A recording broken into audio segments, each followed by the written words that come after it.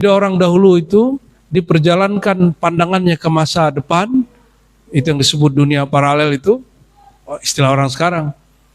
Lalu dia diperlihatkan Allah apa yang terjadi. Ya, sama dengan ada dosen saya filosof. Kita belajar juga ke beberapa filosof ya. Dia ngomong dulu, Ar-Razi, di luar kita ada orang-orang hebat yang pengetahuan dia lebih cepat dari waktu. Saya punya guru, kata dia, sebelum belajar filsafat, kata beliau, ini tanah ini kan kebun, pohon. Kamu lihat nanti di sini ada gedong, betul. Jadi kampus UIN, jadi kampus apa gitu. Ya, itu orang ngomong 50 tahun sebelumnya. Dia ini filosof, bukan sufi, tapi tasdik. Saya mikir-mikir ini cara berpikir begitu dari mana? Ternyata Ibnu Sina, seorang filosof, pernah berkalam seperti hal itu. Di luar kita ada orang yang punya ma'rifat, keilmuannya lebih cepat daripada waktu.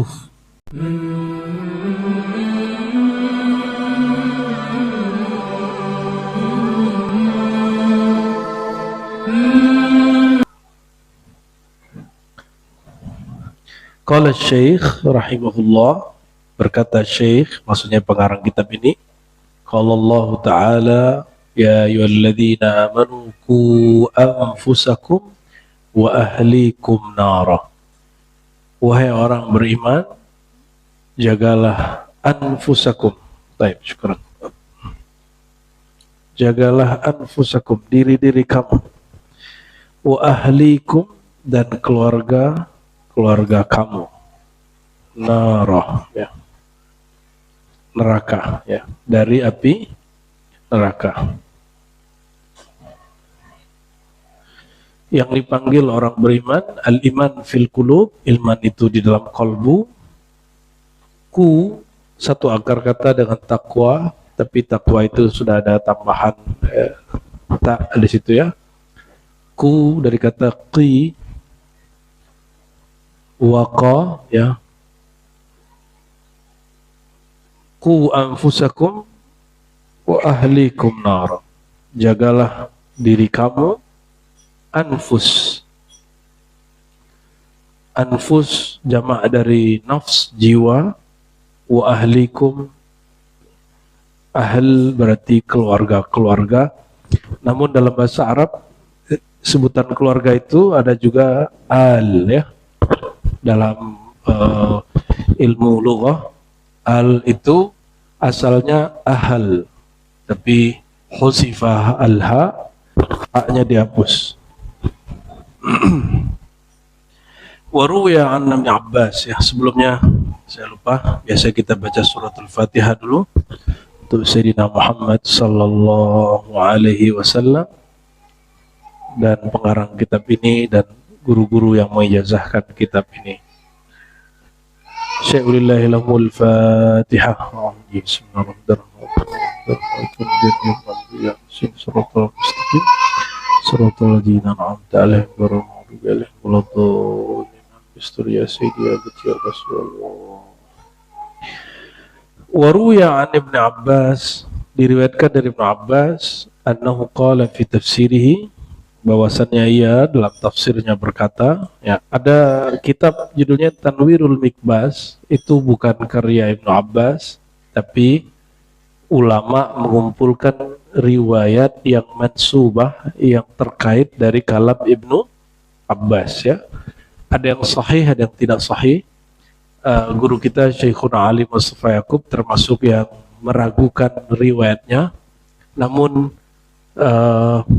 Imam Al-Baihaqi pernah mengatakan dalam Al-Madkhal ila Sunan Al-Kubra bahwa ahli tafsir yatasahaluna fi riwayat tafsiriyah, ya. Mereka tidak terlalu ketat dalam meriwayatkan tafsir. Kenapa? Namanya tafsir, dia kadang-kadang tidak berkaitan dengan halal dan haram, ya. Baik. Yakni adibuhum wa allimuhum. Apa maksud dari ku anfusakum? Sayyidina Abdullah bin Abbas punya tafsir. Cara menjaga diri dan saudara keluarga Nah, keluarga itu ada yang keluarga nasabiyah, nasab, ada yang keluarga majelis, keluarga iman, ada keluarga satu sanad, satu silsilah, ya. Maka orang yang berthariqah, bertasawuf, mestinya lebih kuat persaudaraannya daripada orang tidak bertasawuf.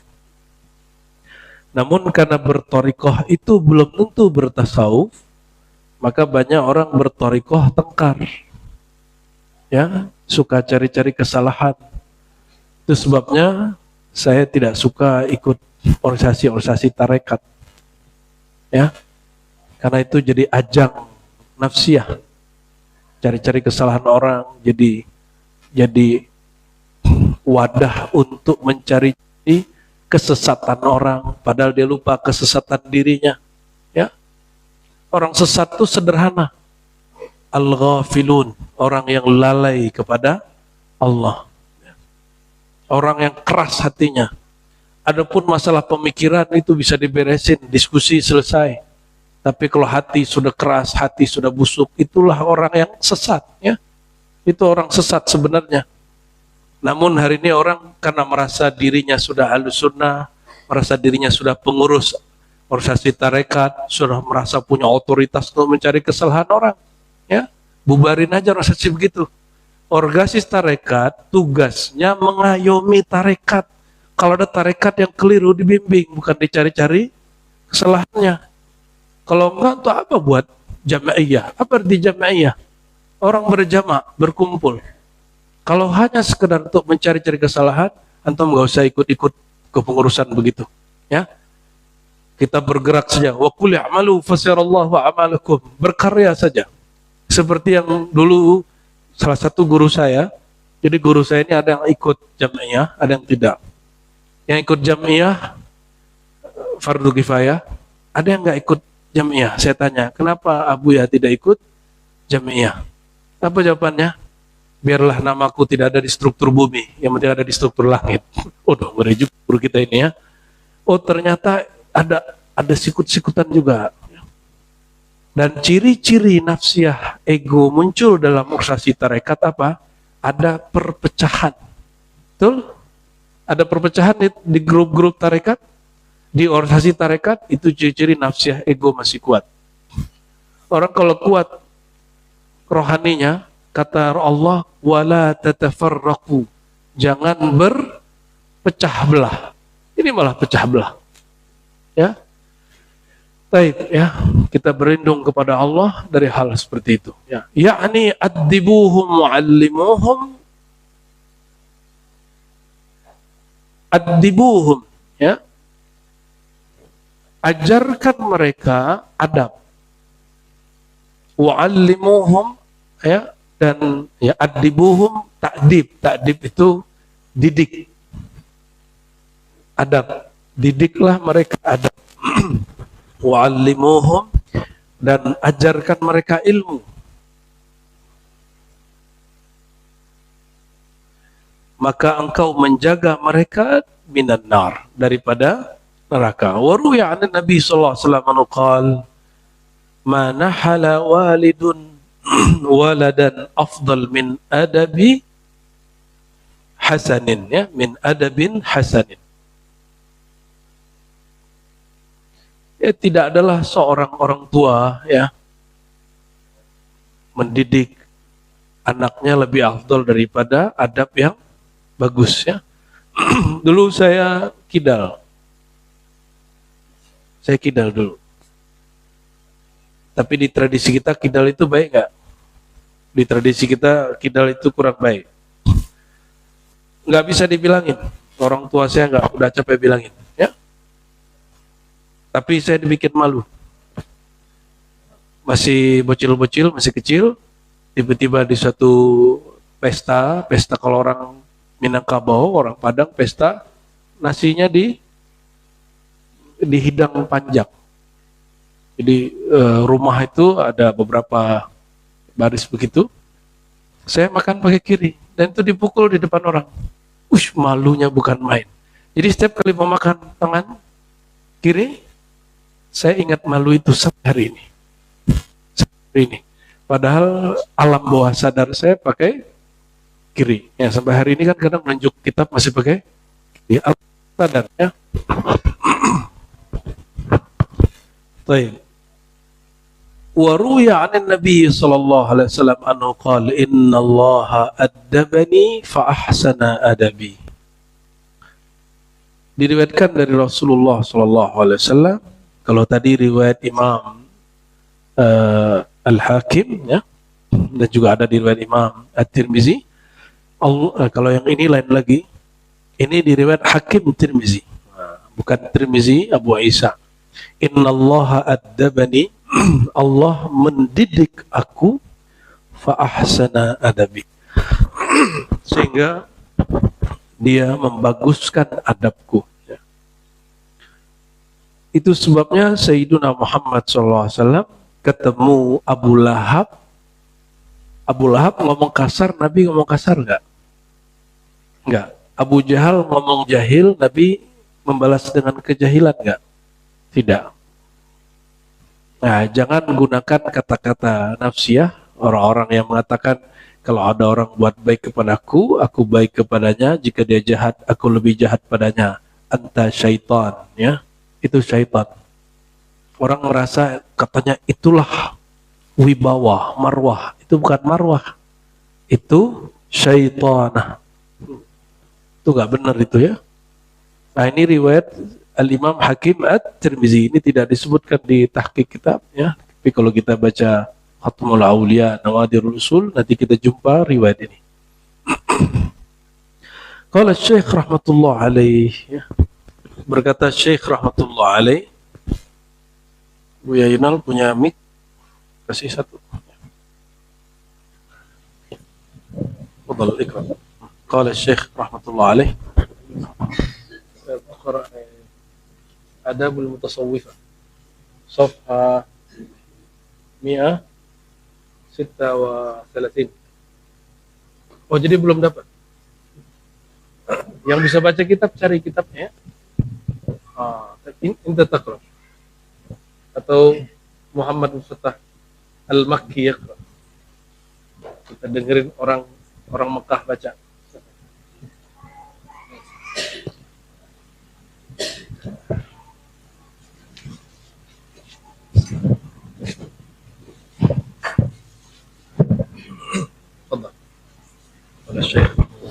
بسم الله الرحمن الرحيم وبسندكم المتصل إلى الإمام الطوسي رحمه الله تعالى وقدس الله سره ونفعنا الله بعلومه وعلومكم في الدارين آمين.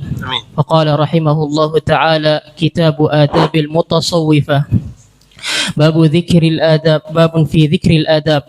قال الشيخ رحمه الله تعالى قال الله تعالى يا أيها الذين آمنوا قوا أنفسكم وأهليكم نارا. وروي عن ابن عباس رضي الله عنهما أنه قال في تفسيره يعني أدبوهم وعلموهم تقوهم بذلك من النار. وروي عن النبي صلى الله عليه وسلم أنه قال ما نجل والد والدا أفضل من أدب حسن. وروي عن النبي صلى الله عليه وسلم أنه قال إن الله أدبني فأحسن أدبي.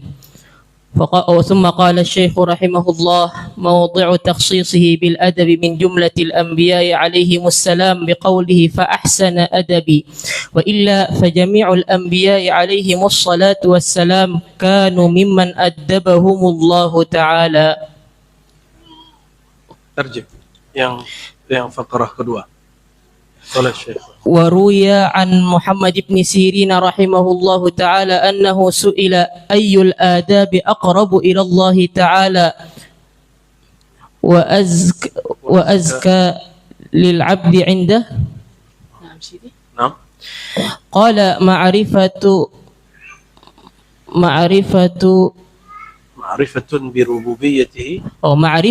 بربوبيته وعمل بطاعته والحمد لله على السراء والصبر على الضراء. Baik. Terjem dari fakrah kedua. Ya, موضع تخصيصه letak Allah mentaksiskan bil adabi min jumlatil anbiya, Allah mentaksiskan Sayyidina Muhammad sallallahu alaihi wasallam dengan adab daripada di antara para nabi-nabi alaihi wassalam, biqaulihi, dengan perkataan beliau, fa ahsana adabi, Allah telah membaguskan adabku, wa illa fa jami'ul anbiya, apabila tidak maka seluruh nabi-nabi alaihi wassalatu wassalam kanu mimman addabahumullahu ta'ala, mereka termasuk daripada orang-orang yang diadabkan atau diajarkan, dididik oleh Allah subhanahu wa ta'ala. Waruya an Muhammad ibn Sirin, dan diriwayatkan daripada Muhammad ibn Sirin, annahu su'ila, bahwasanya beliau ditanya, ayyul adabi aqrabu ila Allah ta'ala, adab manakah yang lebih dekat kepada Allah subhanahu wa ta'ala, wa azka lil abdi indahu, dan lebih bersih bagi hamba di sisinya. Qala, beliau menjawab, ma'rifatun birububiyyatih, pengetahuan atas rububiyahnya, wa amalun bi ta'atih, dan beramal dengan ketaatannya, walhamdulillahi ala sarra, dan bersyukur dalam keadaan lapang, wassabru ala dharra, dan sabar dalam keadaan sempit. Baik, ya. Orang kitab ini mengatakan apa keistimewaan Rasulullah sallallahu alaihi wasallam? Semua nabi dididik Allah atau tidak? Tapi yang paling bagus dididik Allah adalah Sayyidina Muhammad SAW, ya. Innallaha addabani, ya, Allah mendidik aku. Allah juga mendidik para nabi. Tapi bedanya ahsana adabi. Di riwayat yang lain ahsana ta'dibi. Allah mendidiknya lebih berkualitas, lebih indah. Ahsan, hasan berarti bagus, indah, jamal, ya. Al-kamal fil jamal, sempurna dalam kebagusannya, itu, ya. Maka disebut al-asmaul husna, nama-nama yang indah. Husna jama' isim tafdil daripada hasanah, berarti yang paling baik, ya. Baik, qala Syekh rahmatullah aidan, ya, waruyan Muhammad bin Sirin, diriwayatkan dari Muhammad ibn Sirin. Muhammad ibn Sirin, orang lebih kenal beliau sebagai pentak mimpi. Ini ganti aja nih.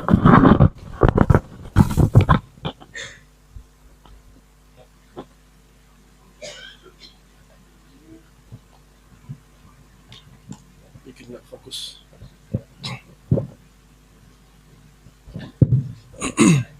Muhammad ibn Sirin, orang lebih kenal dengan nama Ibnu Sirin. Muhammad bin Sirin ini semasa dengan Sayyidina Al-Hasan Al-Basri, bahkan beberapa ahli tarajim, tarikh menyebutkan wafatnya sama tahun 110 Hijriah. Dia murid dari Anas bin Malik, murid dari Abu Hurairah, ketemu beberapa sahabat dan tabi'in yang besar. Beliaulah yang kemudian mengajarkan kalimat, ya, sammulana rijalakum. Kalau ada orang menyebutkan kalam Nabi, jangan langsung percaya. Sammulana rijalakum, ini riwayat siapa? Sekarang begitu. Tapi kalau orang hari ini nggak begitu nanyanya, nomor berapa? Nah, itu bid'ah pertanyaan begitu. Yang benar sammulana rijalakum, sebutkan gurumu siapa? Dari siapa kamu muriatkan hadis ini? Nah, maka cara orang menyebutkan sanad, ada yang nemu di kitab, ada yang berguru. Mana yang lebih afdal? Yang berguru. Karena kalau nemu belum tentu pemahamannya seperti yang dia temui. Itu sebabnya wijadah, menemukan sesuatu di kitab, adhafut turuq fi tahammul wal ada. Ya. Orang kalau bergurunya langsung ke buku, tidak kepada syekh, Itu metode pengajian paling rendah di dalam tradisi muhaddisin. Tapi hari ini di kampus yang paling penting adalah punya referensi, betul nggak? Makanya referensinya mana? Nah, sekarang semakin S3, kenapa S3 dianjurkan begitu? Karena orang yang S3 ketika dia mengambil referensi, dia lebih bertanggung jawab daripada pemula. Maka mereka menukil tidak masalah, nemu di kitab gak ada masalah.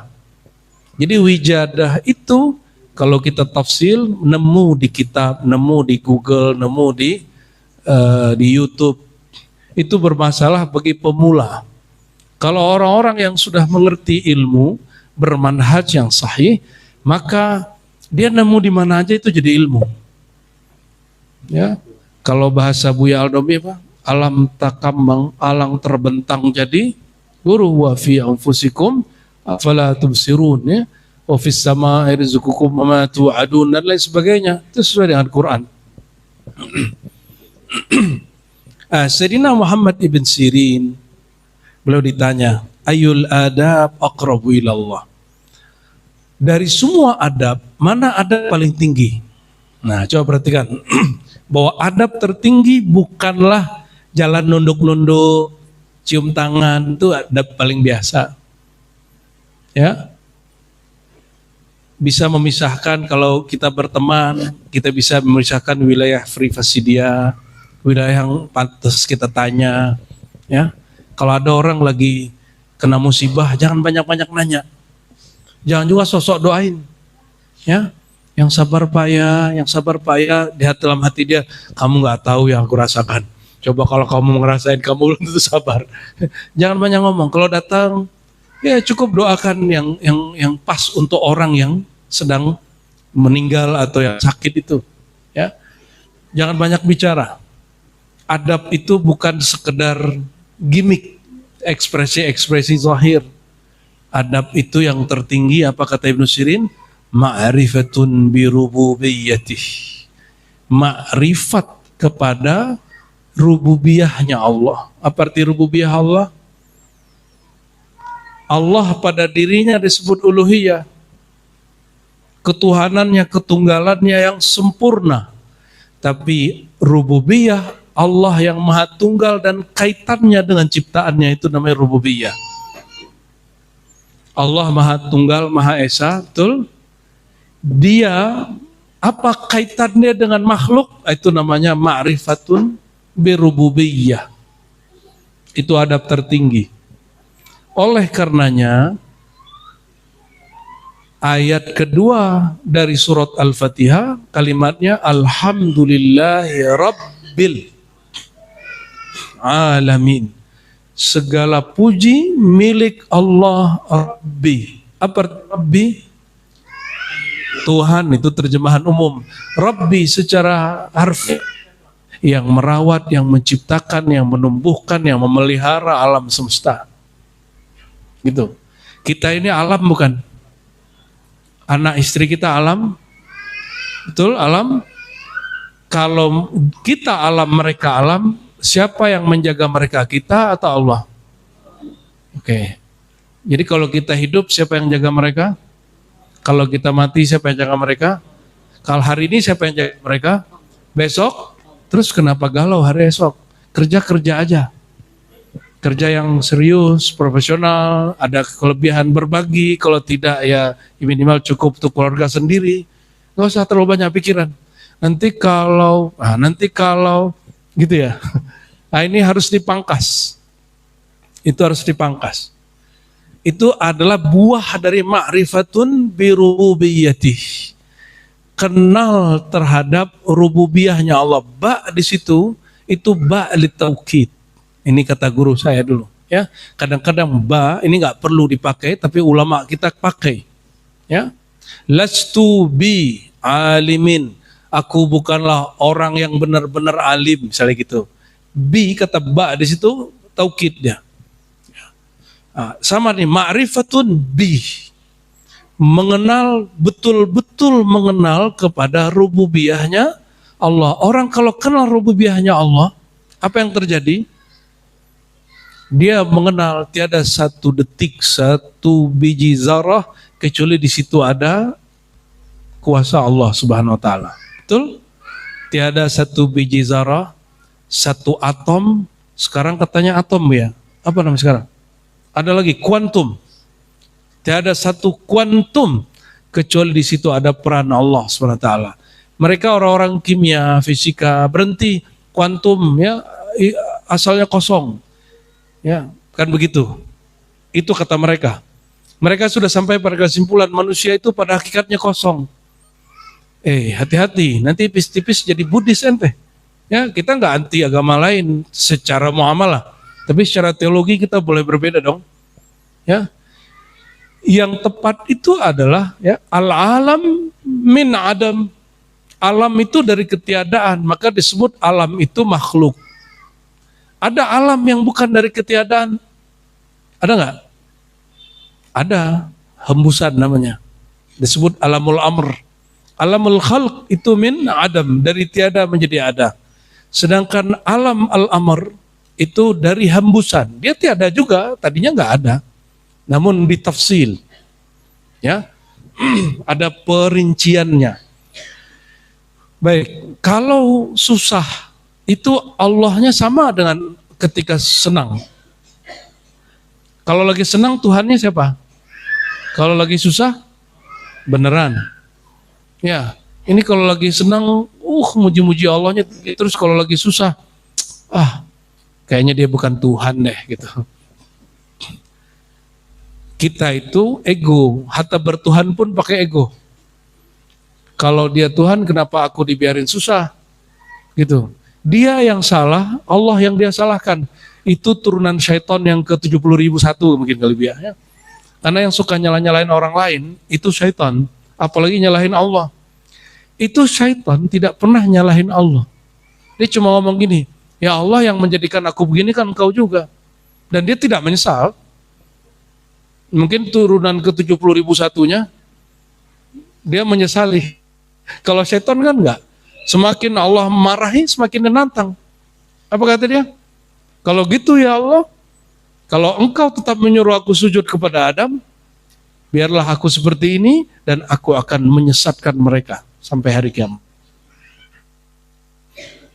Nah, tambah ditantang, tambah panas dia, karena memang basicnya bukan sesuatu yang baik. Jadi adab yang paling tinggi, yang paling bagus adalah ma'rifatun birububiyah. Jadi kalau ditanya, man aktsarun nasi adaban, siapakah orang yang paling beradab? Jawabannya a'rafuhum billah.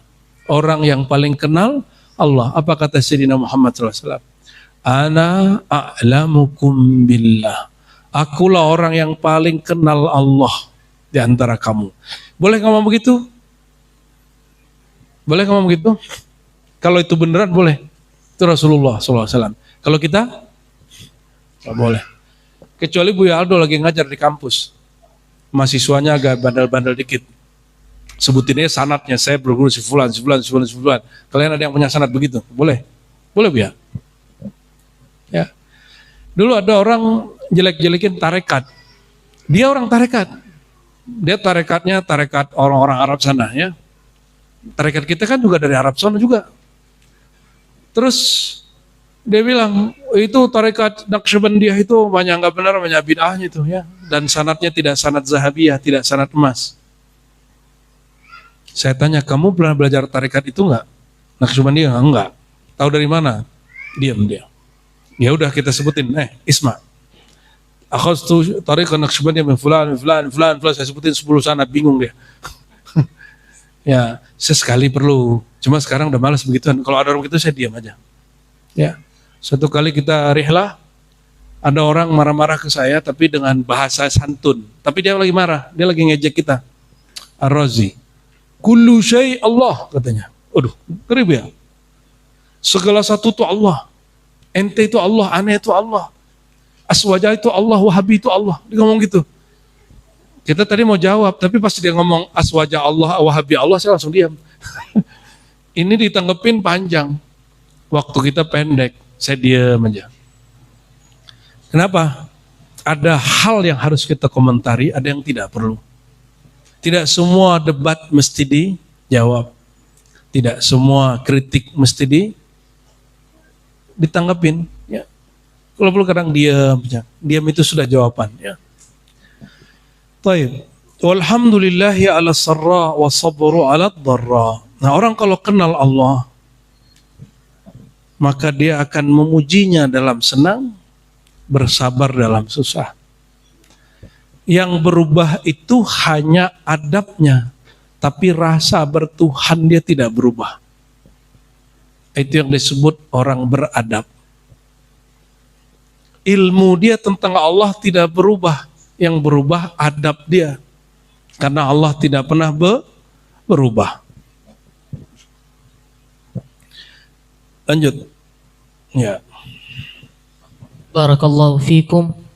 وقيل للحسن بن أبي الحسن البصري رحمه الله تعالى أكثر الناس تعلم الأدب فما أنفعها عاجلا وأوصلها آجلا قال التفقه في الدين فإنه يصرف إليه قلوب المتعلمين والزهد في الدنيا فإنه يقربك من رب العالمين والمعرفة بما لله عليك yahwiha kamalul iman.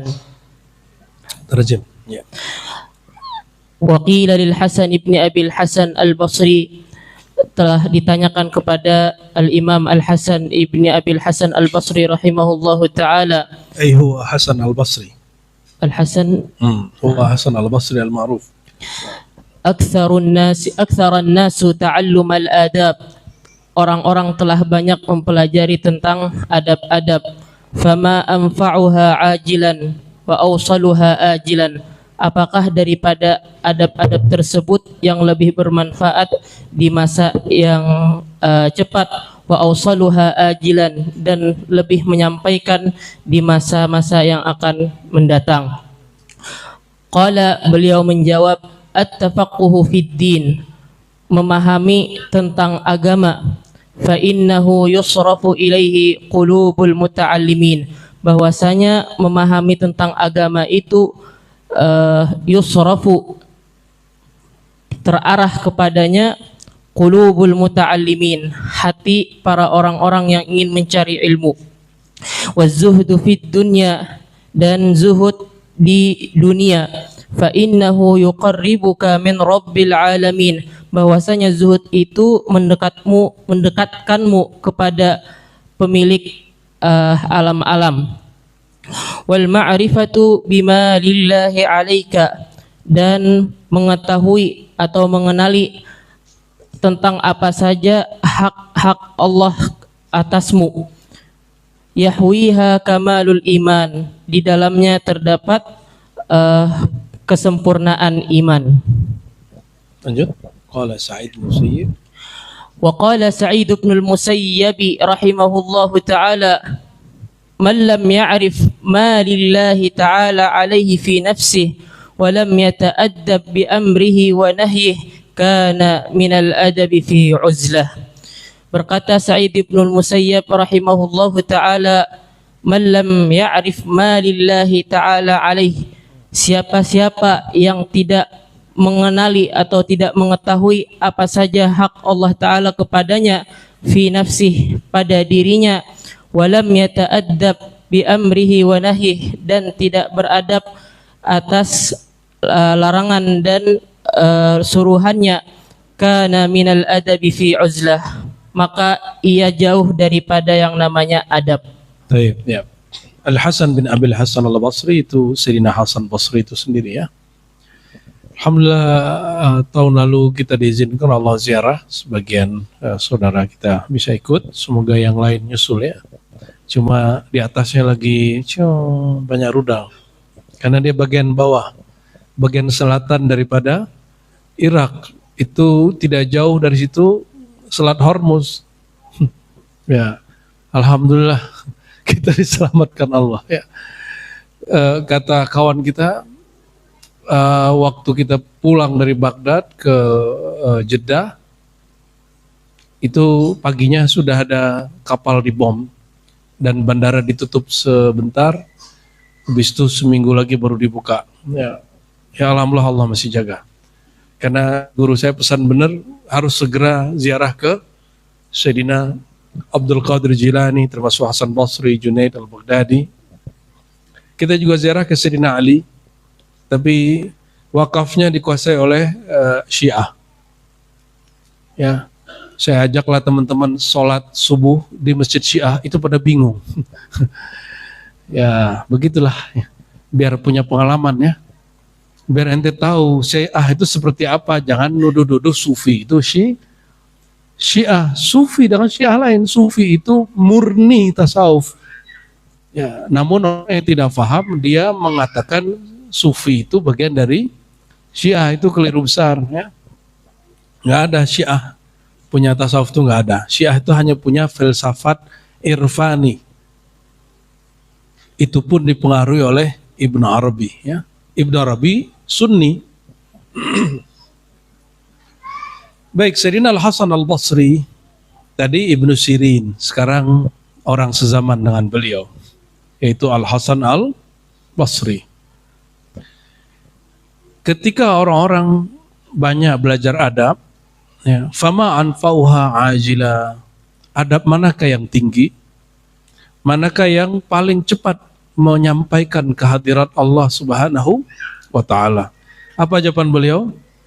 At-tafaqquh fid din, yaitu mendalami agama. Nih perhatikan, tafaqquh fid din di zaman dulu sampai abad ketiga, keempat, itu tidak sama dengan tafaqquh fid din di masa Ghazali. Al-Imam Al-Ghazali di kitab Al-Ihya, ya, Ihya Ulumuddin, menceritakan tentang kemunduran makna tafaqquh fid din. Maka orang yang disebut mendalami tafaqquh, berfikih, faqih fid din, itu hanya urusan ilmu-ilmu hukum yang zahir, fikih mazhabi, fikih ahkam. Jadi kata Imam Ghazali, di masa saya, di masa kita, beliau wafat 505, lahirnya di pertengahan abad ke-5, wafat di awal abad ke-6. 505 berarti awal abad ke-6. Dan di zaman itu belajar fikih hanya khusus fikih zahir. Dulu kalau disebut belajar fikih, Hasan Al-Basri masih abad kedua. Dia lahir di masa Sayyidina Umar, lalu wafat di 110 lebih kurang Hijriah. Di masa dia kalau disebut tafaqquh fid din, belajar ma'rifat dulu baru syariat. Beda ya? Beda dulu. Maka Ihya Ulumuddin ditulis Imam Ghazali mengembalikan makna yang di zaman salafus saleh. Itu sebabnya tasawuf itu sebenarnya kembali ke manhaj salafus saleh. Cuma kita kan nggak usah mengaku-aku. Lihat aja sanadnya, silsilahnya cukup. Ya. Cukup lihat sanad zikir, di situ ada. Tauhid uluhiyah rububiyah asma sifat versi Ibnu Taimiyah ada sanadnya nggak kepada Rasulullah? Nggak ada, itu cuma klaim dia. Bahkan Ibnu Taimiyah sampai pengikutnya sekarang Saleh Fauzan itu keterlaluan ngomong gini. Tauhid uluhiyah rububiyah asma sifat bukan hanya tauhid salafus saleh, tapi tauhid semua para nabi dari Nabi Adam sampai Nabi Muhammad sallallahu alaihi wasallam. Kaifa hadza ya buya? Padahal orang baru kenal tauhid uluhiyah rububiyah asma sifat yang dibagi hari ini dan diajarkan di pesantren-pesantren modern itu hari ini. Ya, dan pesantren modern nggak sadar mereka sudah masukkan pemikiran Wahabi, Salafi, dan menghancurkan cita-cita pendiri pesantren modern itu sendiri. Yaitu berakidah yang moderat, itu sudah hancur langsung. Kenapa? Mereka mengklaim otoritas kebenaran. Nah itu berbahaya sekali. Ya. Maka ketika Buya Yunal mengusulkan di pesantren tempat beliau ngajar agar diganti itu kitab, ternyata kiainya open mind, langsung diganti itu semua kitab. Ya, kita langsung taruh anak kita di situ. Pesantrennya modern, kitabnya salaf. Salaf Ahlus Sunnah wal Jamaah, bukan salaf ono. Ya, saya langsung taruh ya. Masalah anak kita nanti pinter gak pinter itu urusan nanti ya, kita serahkan kepada Allah Subhanahu wa ta'ala. Maka hati-hati teman-teman, jangan mentang-mentang oh pesantren, belum tentu pesantrennya oke. Pertanyakan dulu kiainya manhajnya apa, Bergurunya kepada kiai siapa? Kurikulumnya ngikutin pesantren yang mana? Nah ini betul-betul, karena negeri kita sekarang orang nyamar, kelompok-kelompok ini nyamar atas nama pesantren hari ini. Ya. Taib. Tafaqquh fiddin, ya, mempelajari agama, baik al-Islam, al-iman, al-ihsan. Islam hukum zahir, iman hukum akidah, al-ihsan hukum qalbu, hukum tasawuf. Apa jawaban beliau? Ya, yang paling cepat adab itu, paling tinggi adab itu adalah tafaqquh fiddin, ya. Karena itu yusrifu ilaihi qulubal muta'allimin, dapat mengarahkan kolbu orang-orang yang sedang belajar. Terus itu yang pertama. Yang kedua, wazuhdu fid dunya, zuhud di dalam dunia, bukan anid dunya. Maksudnya apa? Apa bedanya az-zuhdu anid dunya dan az-zuhdu fid dunya? Zuhud anid dunia, dunia belum di tangan. Coba lihat teman-teman Buya Aldo dulu. Buya Aldo kan dulu suka demo nih. Ente jangan macam-macam. Kurator ini dulu. Demo orang dulu nih. Ya. Teman-teman Buya ada yang jadi anggota dewan nggak Buya? Belum. Sudah ada. Udah ada yang korupsi belum? Ente coba lihat orang-orang yang kena korupsi hari ini anggota dewan. Dulu itu aktivis 98 loh sebagian. Yang demoin, dulu mereka demoin DPR MPR, sekarang mereka ditangkap-tangkapin KPK. Ya, yang paling lucu kan ada aktivis, ya, waktu dia wakil rakyat dicecar itu presiden masa sebelum ini. Pas dia sudah enggak jadi wakil rakyat, dia sekarang muji-muji presiden yang dulu dan presiden yang sekarang. Ketika ditanya jawabannya sederhana aja. Ini kan politik. Dulu aku di dalam. Dulu aku di luar, sekarang di dalam. Enak bener jawab begitu ya. Ya, semoga partai Anda kalah terus ya. Enak bener ngibulin rakyat. Ya kita walaupun pakai kamis-kamis, pakai sarung, ya kita nonton berita juga tiap hari. Belajar juga filsafat politik ya, walaupun bukan ahlinya kita. Tapi kalau mau tanya politik, tanya Buya Aldo. Aktivis langsung. Makanya saya tanya tadi, udah ada belum temannya yang kena korupsi? Ya. Dulu turunkan koruptor, gitu ya. Enak ngomong tuh, enak emang. Paling enak ngomong itu. Az-zuhdu fid dunya itu sederhana aja. Mau bahasa yang lebih mudah nggak? Anggaplah dunia itu istri, talak 3 dia. Dunia itu ditalak 3, bisa balik? Gak bisa balik. Kecuali nikah lagi, ambil lagi gitu. Jadi bukan zuhud di dunia yang jauh. Orang miskin ngomong zuhud, gak mau tabar. Orang belum sukses nulis buku sukses, gimana? Ente ketawa nggak? Ketawa nggak? Dia belum sukses, terus nulis kiat-kiat sukses, gitu. Gimana? Belum kaya, nulis buku cara cepat kaya. Lucu nggak? Saya masih ingat sebelum pandemi itu banyak sekali sekolah-sekolah motivator. Banyaklah anak muda yang kemudian jadi di belakang namanya itu ada CH begitu. Ya, coach. Ya, akhirnya bergaya seperti orang sukses.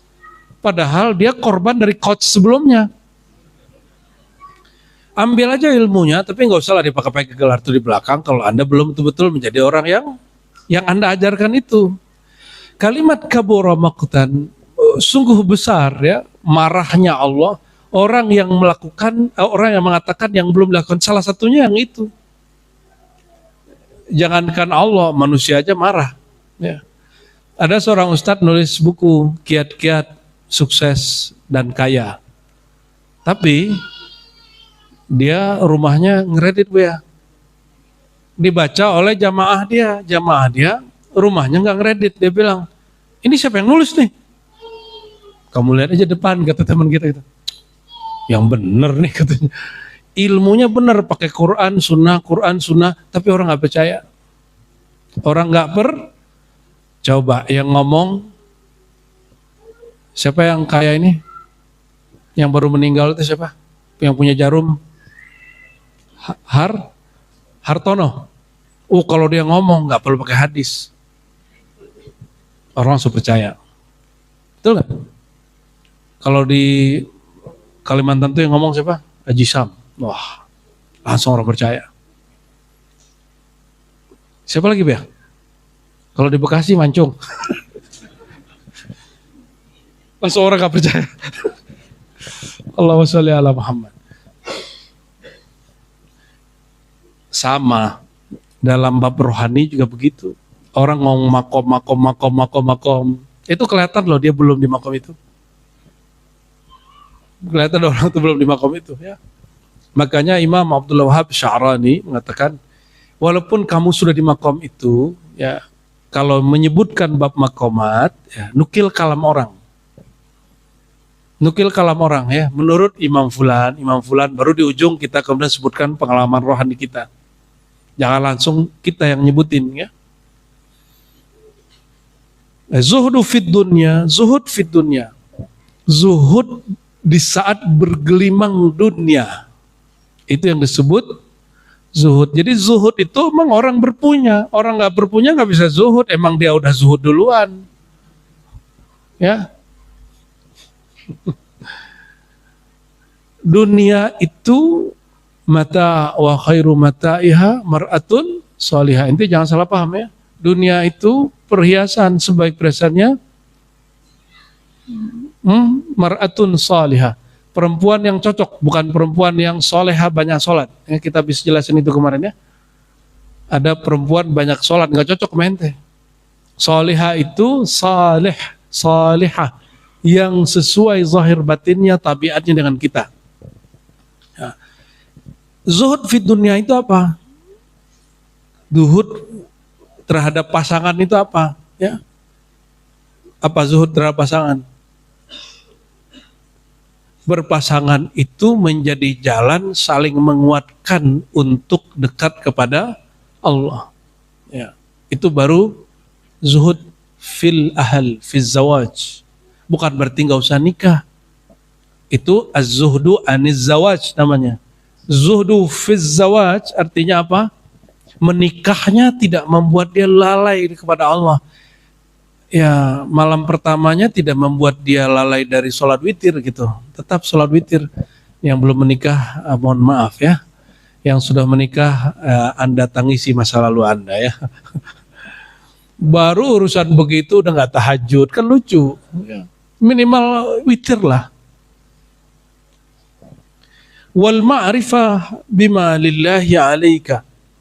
Mengetahui adab-adab kita kepada Allah. Nah, itu terjemahan bebasnya. Kalau terjemahan harfiahnya, hak-hak Allah kepada kita ini bahasanya agak mengerikan. Ya, kita ganti. Mengetahui adab-adab kehambaan kepada Allah. Ya, yahwiha kamalul iman. Barulah imannya sempurna. Berarti ada 3 kata Hasan al-Basri. Inilah menjadi usulut tariqah Sayyidina Hasan al-Basri. Jadi tasawuf yang diajarkan Hasan al-Basri ketika menjelaskan adab 3, tafaqquh fid din. Jadi orang nggak mungkin beradab kalau nggak berilmu. Maka adab itu bukan menjaga adat istiadat saja. Adab itu menjaga yang lebih tinggi dari adat. Apa yang dijaga? Yaitu syariat. Menjaga syariat itu lebih tinggi. Nah, ini saya cerita aja. Ya, ini kejadian di keluarga kita. Ya, salah satu kita, ya, yang dekat dan jauh. Ya, satu janda, satu duda. Kita katakan nikah cepat. Akhirnya karena pernikahan cepat, kalau orang Padang itu kan harus ngabarin datu ini, datu itu, penghulu ini, penghulu itu, lama itu, Bu, ya. Kita tahu orang janda duda kalau nggak cepat dinikahin, gawat, bisa jadi fitnah. Lalu mereka menikahlah, ya. Udah punya anak, itu baru dato-datonya diundang, penghulu-penghulu adatnya diundang. Itu mereka ngomong gini depan saya ini dato, disebutin gelarnya, panjang kali gelarnya. Pengen dihargai. Oh ya dato, kita panggil, sebutin gelarnya. Saya ini tidak dikasih tahu dia itu nikah katanya. Ya, diselesai ngomong baru saya jawab ya, karena saya tuan rumah waktu itu. Begini Pak Dato, nikah itu syariat. Adat Anda mengatakan bahwa adat bersandikan syara, syara bersandikan kitabullah. Maka syariat itu pada adat terbagi 4. Ada adat paling tinggi dan mutlak, disebut adat yang sebenar adat. Itu adalah syariat. Saya berinisiatif karena dia panggil saya ustadz, maka kita pakai gelar ustadznya. Saya sebagai guru berinisiatif, selamatkan dulu adat tertinggi, baru ketua adat yang memangku adat istiadatnya paling 4, nomor 4 adat istiadat yang paling 4, nomor 4 ya. Paling tingginya adat, yang sebenarnya paling bawah adat istiadat. Yang boleh diubah-ubah, boleh digeser-geser. Karena dia ngerti bab ini, tapi harus jelasin dulu. Oh ya gitu, oke. Saya berinisiatif selamatkan dulu adat yang sebenar-benar adat, yaitu apa? Syariat. Makanya sekarang Pak Dato kita undang. Baru dia oke. Ya. Jangan karena adat istiadat, adat yang sebenarnya kita kemudian sampingkan. Ya. Karena kita nggak dikasih tahu, kita tersinggung. Jangan begitu. Yang penting mereka selamatkan dulu agamanya. Nah ini yang dimaksud. Beradab itu yang tertinggi adalah berpengetahuan. Nah, sampai-sampai guru kita nanya waktu itu, dan saya udah kasih ke antum pertanyaannya. Lebih dahulu melaksanakan adab atau berilmu? Berilmu dulu. Orang berilmu baru tahu dia cara beradab. Orang kalau berilmu nggak perlu diajarin. Jadi kalau salaman sama guru, gimana salaman sama guru? Kita lagi berdiri salaman atau duduk dulu? Jongkok dulu. Tapi kalau kita ajarin orang, kamu jongkok, orang nggak mau. Ajarkan dulu dia ilmu. Ilmu ini disimpan Allah di kolbu guru. Guru ini pewaris Rasulullah. Masa kita salaman sembari berdiri sambil lewat, ya? Atau malah tunjuk-tunjuk kiri, guru gitu ya? Kayak orang kampung kita Bu ya. Ya. Saya kalau pulang kampung harus ganti kacamata. Kacamatanya kacamata orang Minangkabau, Padang, Payakumbuh. Kalau pakai kacamata Betawi, Sunda, Jawa, aduh kaget. Makan hati tiap hari. Terus ngomongin, nggak beradab. Gitu kita capek. Kalau udah ganti kacamata, cuek aja mau dia lewat depan. Yang paling sedih Bu ya, ditunjuk di kiri, Bu ya sini, foto dulu. Itu paling seru itu. Paling seru itu. Dalam hati, ya sudahlah ya. Itu celok. Kalau Buya enggak, kamu sini kata Buya. Ya, Buya dokter dilawan. Ya, kadang-kadang kita nggak tega Buya, jadi kita ikutin aja ya. Nah, perhatikan kalimat ini berarti ruhul adab al-ma'rifah wal ilmu billah. Adab itu ruhnya adalah mengenal Allah. Ya.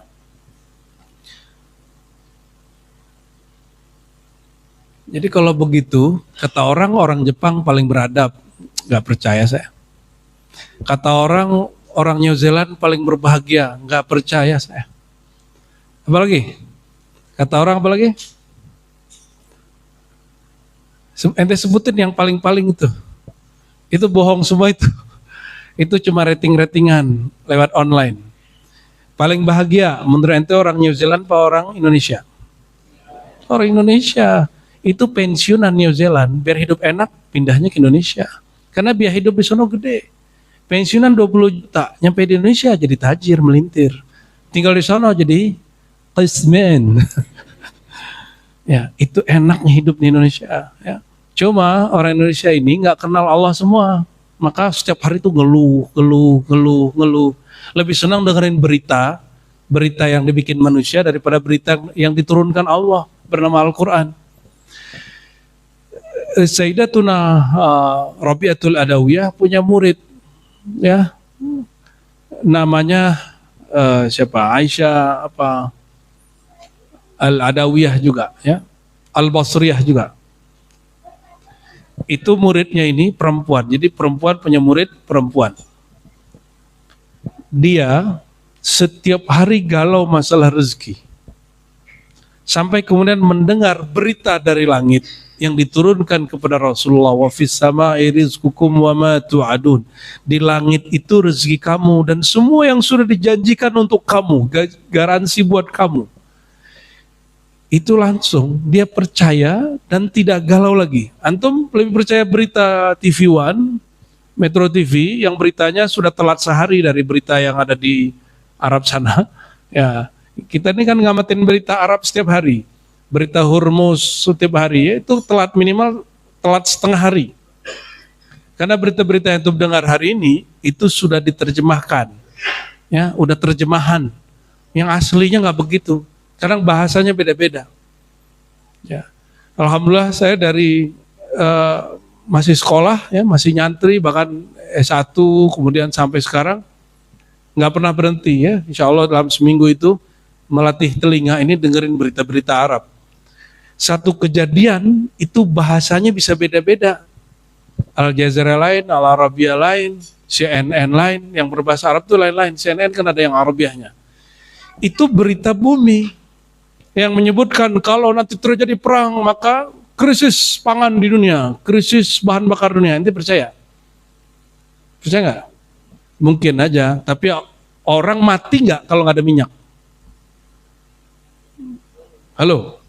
Emang rezeki kita urusannya sama Iran, sama Amerika? Nggak ada urusan. Kenapa lebih percaya dengan berita itu daripada berita dari Allah? Wa fis sama'i rizqukum wa ma tu'adun. Maka kurang-kurangilah berita-berita yang begitu. Ya. Berita langit turun, ente nggak percaya. Berita bumi yang nggak jelas itu, yang kata pengamat Indonesia tidak sedang baik-baik saja.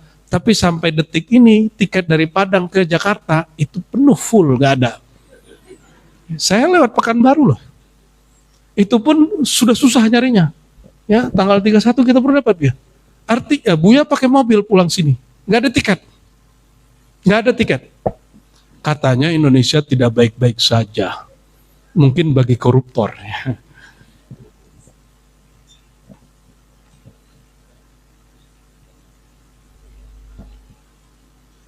Qala Sa'id ibnul Musayyab. Nah, boleh dibaca Musayyib, boleh baca Musayyab. Beliau tabi'in, mantunya Abu Hurairah, salah satu fuqaha sab'ah, mujtahid yang 7 di Madinah. Dan beliau kalau mengatakan anin Nabi, qala Nabi bersabda.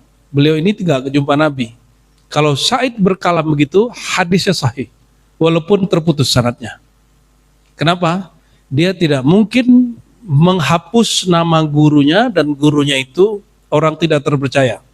Nah, jadi hadis itu jika terputus sanadnya, jika yang terputus itu sahabat Nabi, maka hadisnya disebut mursal sahih.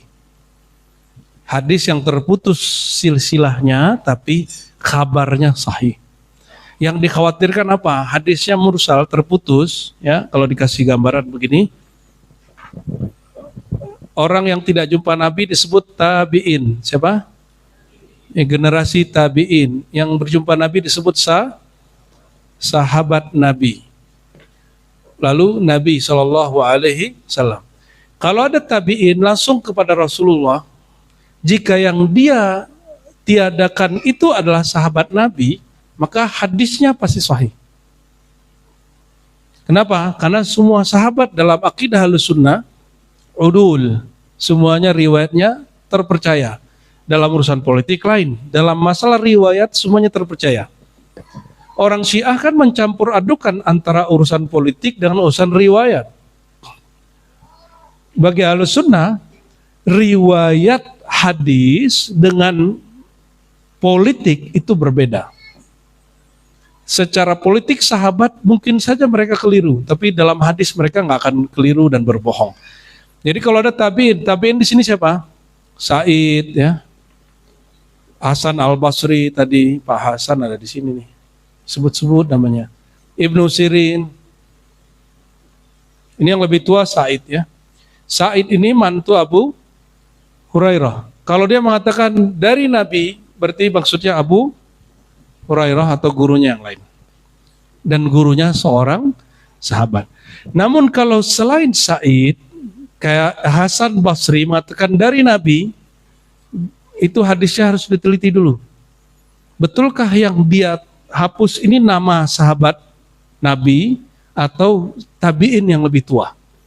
Kalau tabiin yang lebih tua dicek dulu orangnya terpercaya atau tidak. Jika terpercaya hadisnya sahih, jika tidak hadisnya tidak sahih. Itu ilmu hadis, bukan ilmu tasawuf. Kenapa dijelaskan? Karena kita nggak keluar-keluar dari sanad ya. Apa kata Sa'id bin Musayyab radhiyallahu taala anhu, man lam ya'rif ma lillahi ta'ala alaihi fi nafsihi, yang tidak tahu adab-adab dia kepada Allah, walam yata'addab bi amrihi wa nahyihi, sehingga tidak mempraktekkan adab yang dia perintahkan, yang dia larang, kana minal adabi fi uzlah, orang ini kosong, nggak punya adab. Itu yang disebut tidak beradab. Jadi adab tertinggi kepada Allah. Adab tertinggi kepada siapa? Kepada Allah. Oleh karena itu, ya, anak kita atau pasangan kita lagi zikir, lagi sholat, kita panggil, dia nggak nyahut, dia sedang bersama, bukan berarti dia tidak beradab. Dia sedang sangat beradab. Ya, kecuali dalam sholat sunat, ibu kita manggil, baru boleh kita batalkan sholat. Nah, itu dalam fikih ya. Wa qala Kulsum al-Ghassani. Ya, pelan-pelan aja ya. Lanjut. ثم قال رحمه الله تعالى وقال كلثوم الغساني أدبان أدب قول وأدب فعل فمن رفق لنفسه في أدبه بقوله عدم ثواب العمل ومن تقرب إلى الله تعالى بأدب فعله منحه محبة القلوب وصرف عنه العيوب وجعله شريكا في المتعلمين. Berkata Kulsum al-Ghassani, adabani adabu qawlin wa adabu fi'lin. Adab itu ada dua, adab perkataan dan adab perbuatan. Faman rafaqa li nafsihi fi adabihi biqaulih, barang siapa yang berlembut-lembut pada dirinya di dalam adabnya dan di dalam adabnya dengan perkataannya, adima sawabal amal, maka ia akan kehilangan pahala di dalam beramal, di dalam berbuat. Wa man taqarraba ila Allah Ta'ala bi adabi fi'lih, dan siapa-siapa mendekatkan diri kepada Allah dengan beradab di dalam perbuatannya, manahahu mahabbatal qulub, maka Allah akan memberinya kecintaan kolbu-kolbu. Wa sarafa anhul uyub, dan Allah menyingkirkan atasnya segala aib atau kecelaan. Wa ja'alahu syarikan fi thawabil muta'allimin, dan Allah menjadikannya syarik, bersekutu fi thawabil muta'allimin, di dalam pahala orang-orang yang mencari ilmu. Tayyib, syukran, barakallahu fiik. Dua adab kata Ghassani, adab qaul, adab fi'il. Mana yang lebih bagus? Adab qaul atau adab fi'il? Adab fi'il, adab perbuatan. Qaul, adab perkataan. Faman rafaqa li nafsihi fi adabihi bi qawlihi, orang yang ya mengiringi, rafaqa di situ murafaqa, rafiq ya, mengiringkan pada dirinya adab-adab qaul, maka amalnya sedikit, bahkan tiada. Tapi yang mendekatkan diri kepada Allah dengan adab perbuatan, maka adab perbuatan langsung action gitu ya. Adabnya itu berefek kepada perbuatan. Perhatikan kalimatnya. siapa yang mendekatkan diri kepada Allah dengan praktek adab. Contoh, kita ini orang sudah enak hidup. Ada jamaah datang, kita orang majelis, kita ambilin air, ayo, gitu. Atau yang paling sederhana, orang baru datang, orang kalau baru pertama ketemu gimana? Siapa sih nih, gitu ya, gitu ya. Terus kita ego itu yang ingin disapa, menyapa awalan, menyapa duluan. Egonya ditaruh, diniatkan berbanis mulut, berwajah ceria, menyapa orang duluan, akrab-akraban sama orang, diniatkan itu taqarruban ilallah, mendekatkan diri kepada Allah. Nah, itu bedanya. Apa kata beliau? Manahahu mahabbatal qulub. Karena Allah jatuh cinta kepadanya, Allah jadikan semua ruh yang punya kalbu juga cinta kepada dia. Itu sebabnya Abu Yazid Muhammad Ali Al-Maliki, seperti dikisahkan oleh guru-guru kami yang dapat ijazah dari beliau, menanya murid-muridnya, lebih engkau suka murid pinter atau murid beradab? Ya, kita ganti deh, teman pinter atau teman beradab. Biar sedang. Yang mana? Karena kalau beradab dia pasti kenal Allah, dia kenal Rasulullah, dia kenal hamba-hamba Allah, dia pasti menghargai temannya. Tapi kalau orang pinter doang, apalagi keminter, merasa sok pinter, waduh gawat sudah. Merasa pinter kalau cowok, merasa cakep itu jarang. Kalau perempuan sering merasa cantik. Nah ini hati-hati nih kalian ya. Rasa cantik, ini jangan sampai terjadi ya. Maka kalau laki-laki ada cowok cakep gak terancam. Nih misalnya nih, Buya Aldo duduk, terus ada cowok cakep lewat, masuk ke dalam majelis, Buya Aldo gak merasa terancam. Tapi kalau ada yang lebih pintar dari dia, itu terancam itu. Kalau orang biasa belum suluk. Kalau perempuan enggak, ada yang jilbabnya lebih bagus saja, matasnya lebih mahal, itu langsung terancam itu. Tanya mama Mbak ini ya, kalau belum suluk, kalau udah suluk nggak begitu. Insya Allah nggak begitu.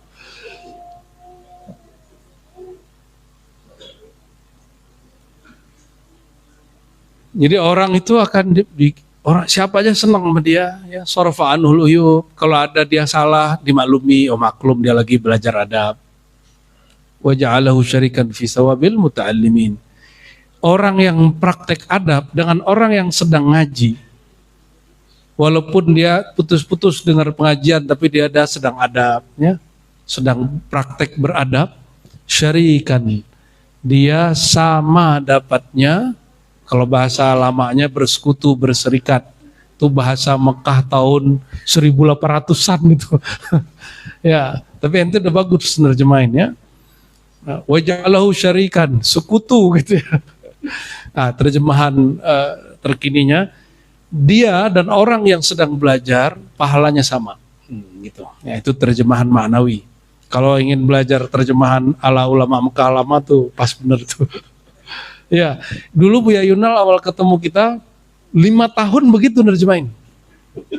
Sampai selesai kuliahnya S1 baru berubah. Berarti nanti kuliah S2 ya di sini ya. Insya Allah.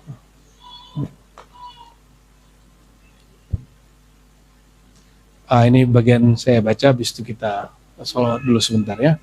Waruya an Ibnu Mubarak radhiyallahu ta'ala anhu annahu qala nahnu ila qalilin minal adabi ahwaju minna ila katsirin minal ilm. Kita mendapatkan adab yang sedikit lebih kita butuhkan daripada mendapatkan ilmu yang banyak. Ini pengertian ilmu di sini, ilmu hafalan. Ilmu hafalan. Dulu di masa Ibnu Mubarak, ilmu itu mengatakan haddatsana fulan, haddatsana fulan, haddatsana fulan. Dari guruku, aku dapat ijazah dari sini, dapat ijazah dari situ. Pernah nggak datang ke Buya Aldo, Buya Yunal? Orang, aku lo dapat ijazah dari fulan. Pernah nggak gitu? Sering Buya?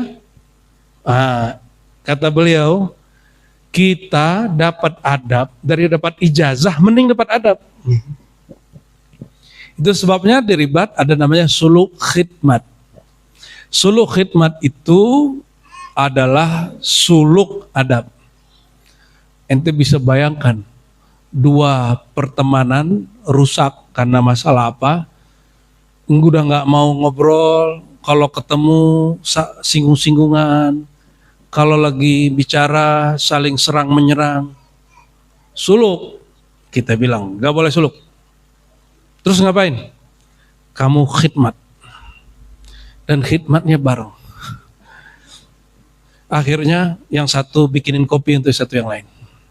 Kalau nyuci piring, satunya ngambilin piring, satunya ngambilin sabun, satunya bagian gosok, satu bagian. Ya, piring bersih, hatinya bersih. Piring bersih, hati dia bersih. Ada lagi orang yang dia lagi nggak enak, suluk di surau. Dianya khidmat di luar. Dia nyuciin piring orang yang dia nggak suka. Itu suluk yang lebih berat daripada zikir 70.000. 70.000 urusan ente sama badan sendiri, ngantuk ya ngantuk, pegel ya pegel. Kalau ini kesel. Gimana coba? Ngidangin air, bersihin barang orang yang kita kesel. Itu adab yang paling tinggi. Ya. Ingin jadi orang besar, kata guru saya, ya kita bilang begitu. Besar di sisi Allah. Apa itu? Lawan egomu. Karena yang boleh mengatakan aku yang tersinggung, aku yang merasa, aku yang hebat itu hanya Allah.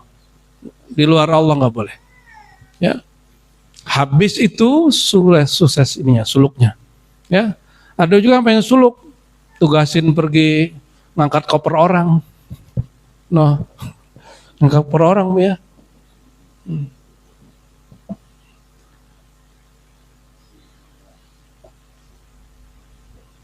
Allahumma sholli ala Muhammad. Itu kalau lagi tawaf orang-orang travel tuh nggak ente kalau lagi tawaf. Dolar Allahu Akbar, dolar Allahu Akbar, dolar Allahu Akbar gitu. Tukar-tukar tuh. Betul nggak? Ya, alhamdulillah karena udah suluk. Coba suluknya putus sedikit. Ya. Labbaik Allahumma labbaik, labbaik ya dolar. Wa real, wa rupiah. Astagfirullahaladzim. Ya. Itu yang disebut az-zuhdu fid dunya. Kita emang punya hak di situ, tapi kita nggak minat di situ. Ya. Abu Hanifah, di saat semua orang yang jadi hakim agung, dia diminta oleh khalifah jadi hakim agung. Apa kata dia? Enggak. Karena ilmu yang aku emban tidak pernah nyatu dengan kekuasaan struktural, politik. Itu orang di penjara, kata khalifah, penjaranya aja dia. Siapa tahu besok berubah. Itu khalifah bukannya dia apa? Dia marah, tapi ingin kasih pelajaran. Tambah mau jadi hakim agung atau tidak? Tambah nggak mau. Dan antum perhatikan sekarang, politisi yang tadinya adalah seorang ilmuwan intelektual atau ulama, lalu aktif di dunia politik, dia sudah nggak sempat ngajar. Kecuali 1-2 orang. Saya jumpa ada satu bupati di Sumatera, dia masih ngajar kitab Syekh Abdul Somad Al-Falembani setiap hari Sabtu dan Minggu. Ya, ya semoga Allah jaga beliau dari korupsi ya. Kadang-kadang beliaunya nggak mau korupsi, temannya korupsi. Dianya kena seperti salah satu guru kita ya, Menteri Agama. Taib. Apalagi kata beliau, qala Ibnu Mubarak, al-adabu lil 'arif min zalati taubah lil musta'nif. Adab bagi orang yang berilmu seperti taubat bagi orang yang melakukan maksiat. Maksudnya apa? Salah adabnya orang yang bermakrifat dihitungnya dosa. Itulah kalimat, berdasar kalimat ini ada ungkapan hasanatul abrar sayyiatul muqarrabin.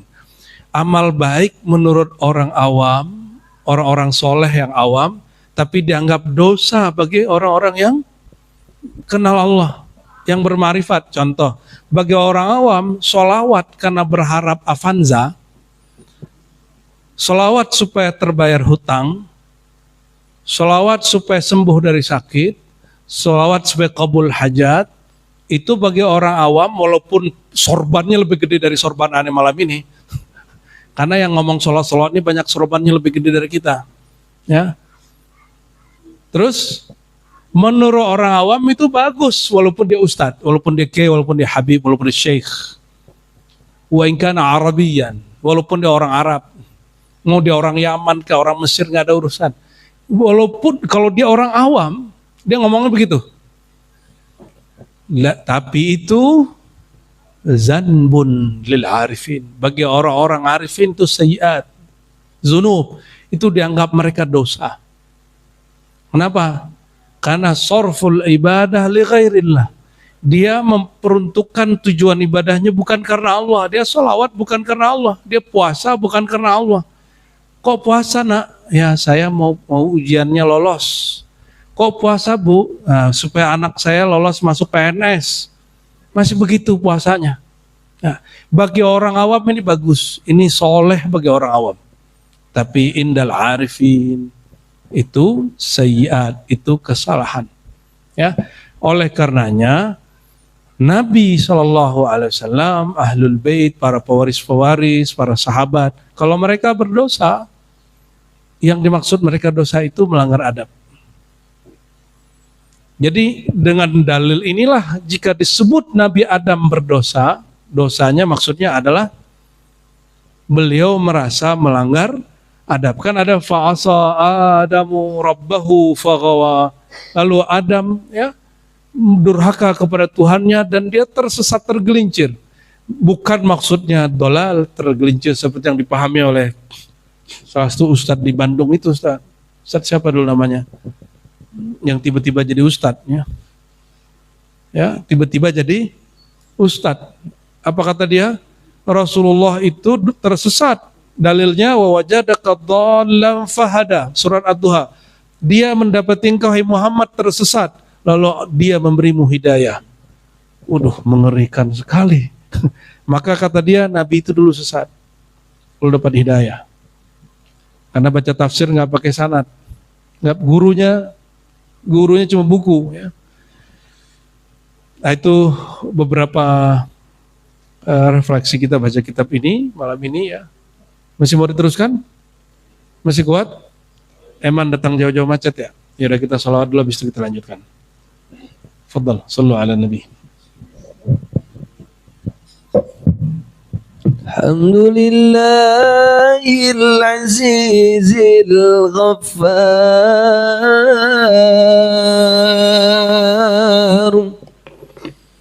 muqawwiril layli ala an-nahar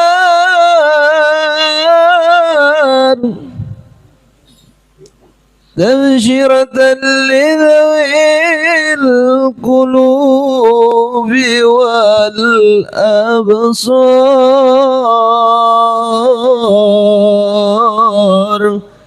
litadhkiratan lidhawil qulubi wal i'tibar Allahumma salli wa sallim wa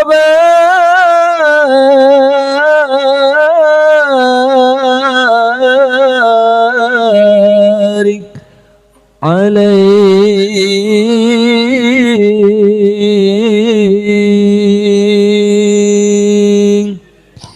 Sallallahu ala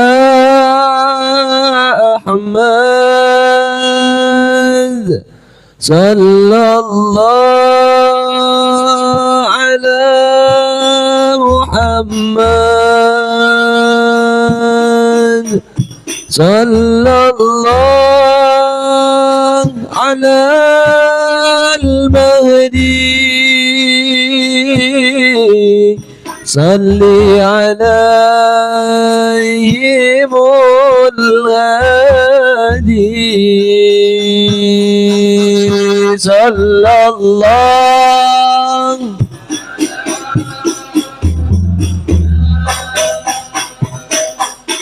صلى الله على محمد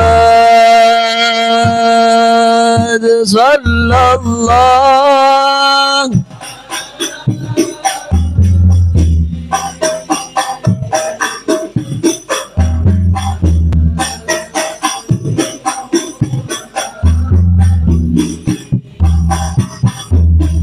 ذات الله يا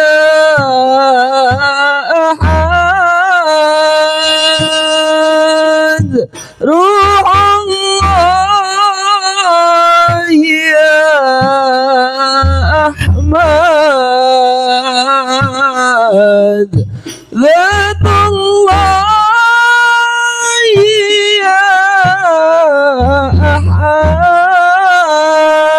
أحد روح الله يا أحمد محمد نور الله والمهدي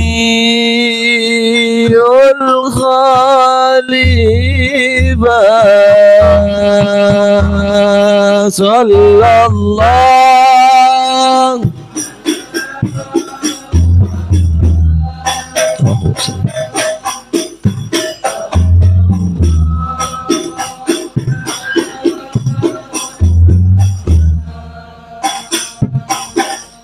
صلى الله على المهدي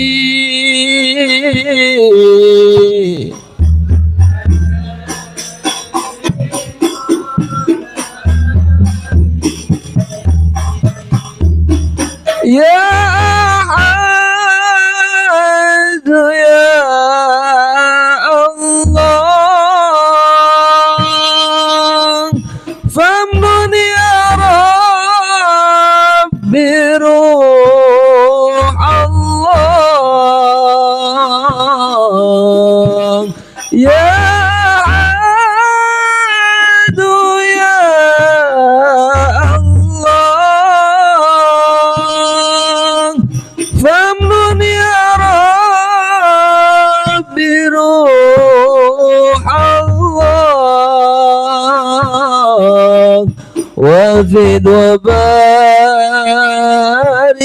نور الله وسلم وارحم سر الله صلى الله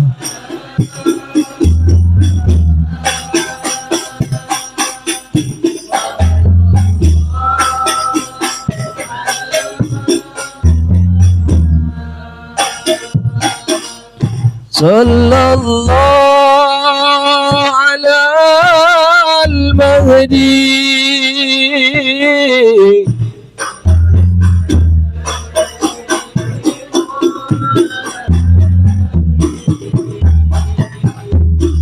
ربي زد لمولانا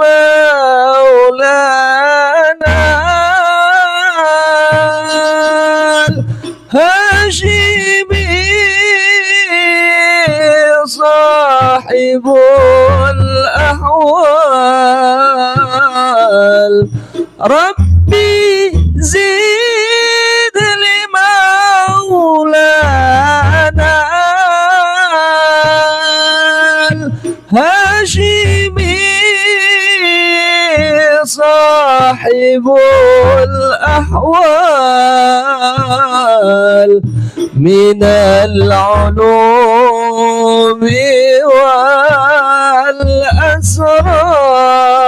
والأسرار وثبته من الأخيار sallallahu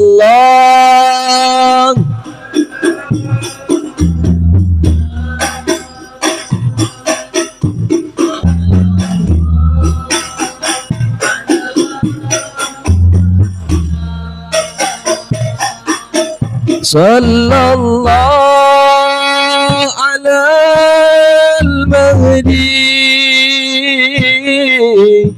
salli alaihi mulhadi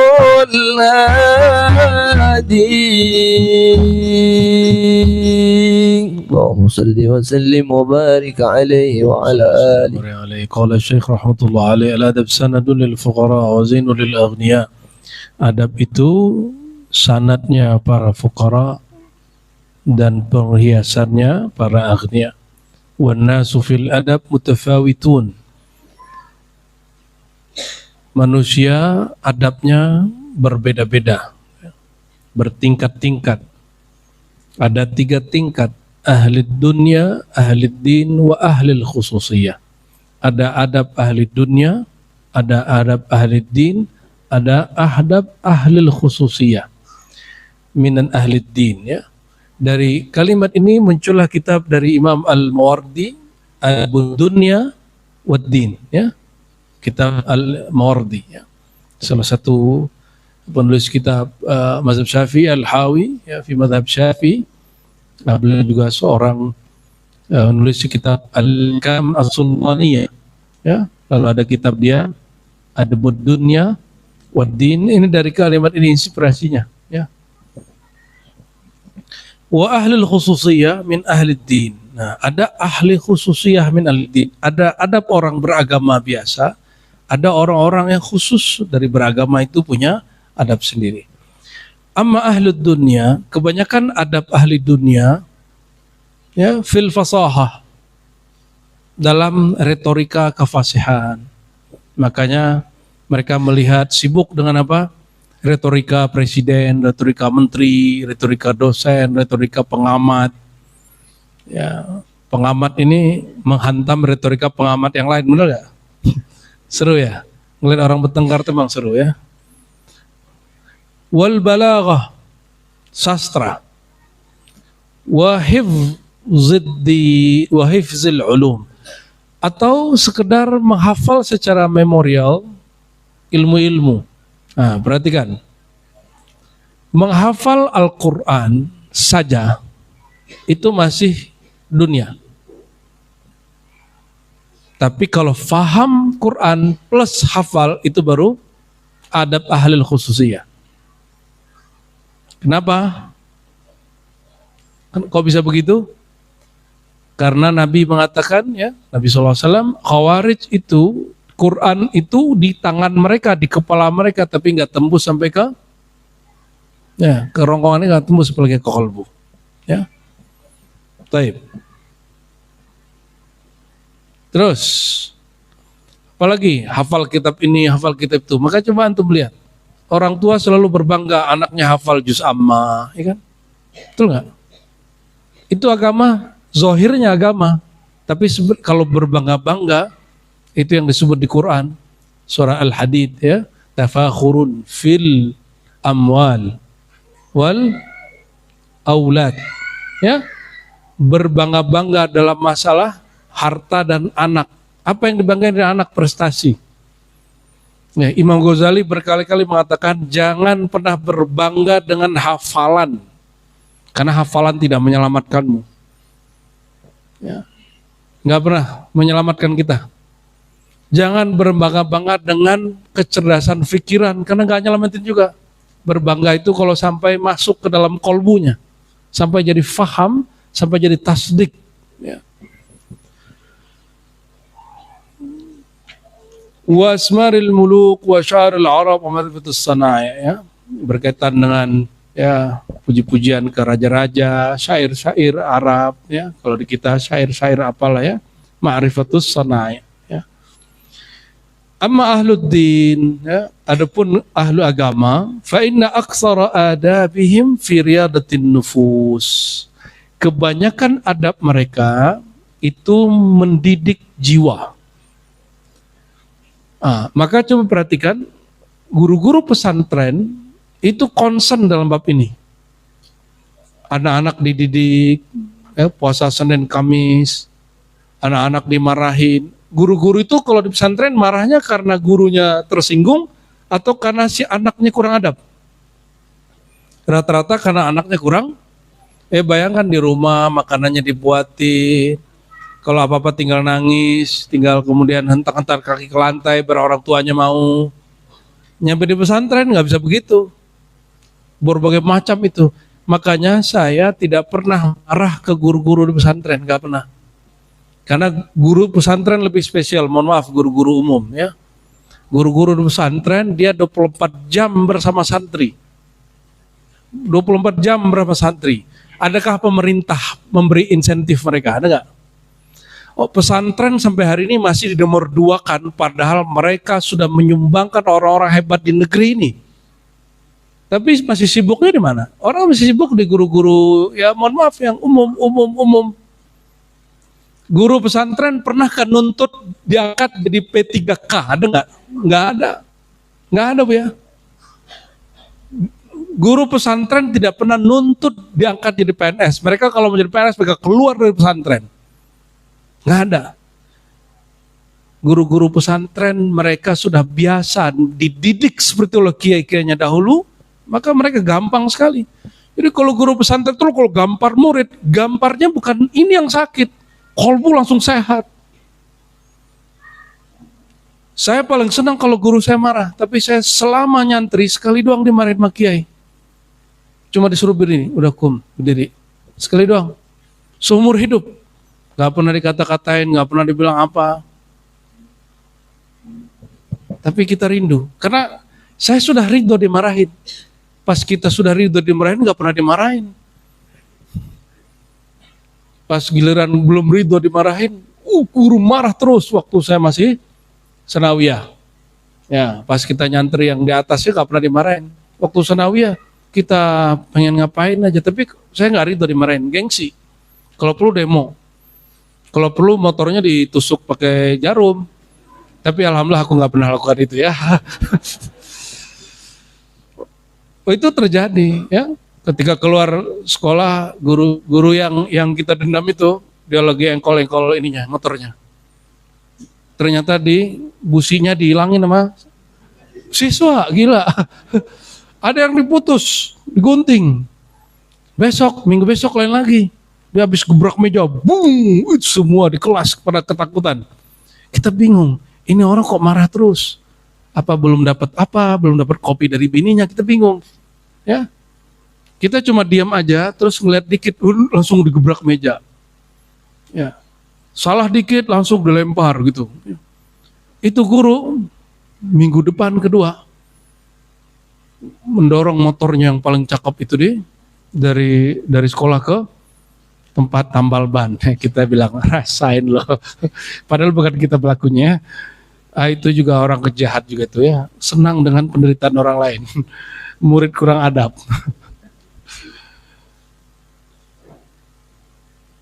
Baik. Ini kelebihan orang pesantren ya. Makanya siapa namanya yang nulis tentang pesantren itu ya, Zofir siapa? Zamakhsyari Zofir, itu buku bagus sekali. Apa kata dia? Sebenarnya pada tahapan ini setiap kiai adalah mursyid atau murabbi. Kalau bahasa kita lebih tepatnya murabbi. Kalau mursyid ketinggian. Setiap kiai itu sudah murabbi.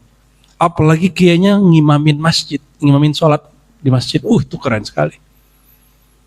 Kalau kiai ngimamin sholat di masjid, dia mentarbiyah muridnya lebih canggih daripada orang-orang lain ya. Tapi kebanyakan pesantren, baik pesantren salaf ataupun modern ya, saya jarang ngelihat kiainya ngimamin. Kebanyakan ustadz aja yang ngimamin ya. Nah itu PR juga tuh ya. Wa ta'dib al-jawarih. Nah, ahli din melatih badan. Cara gerakan amaliyah badan, taharatil asrar, masuk kemudian dari suci zahir kepada suci yang batin.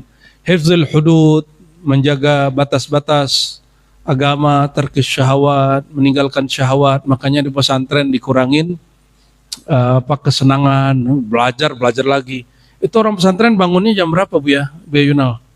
Jam 4, setengah 4 udah bangun. Terus baru selesai aktivitas setengah 6. Tapi malam sampai ada lagi. Pada maghrib ada lagi. Sampai jam 11. Sampai jam 10. Luar biasa. Ya, itu orang pesantren. Kalau pesantren Mancung dulu gimana? Mana Mancung?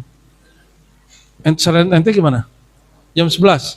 Habis itu ente buat pesantren sendiri di belakang tembok. Pesantren berdukunan.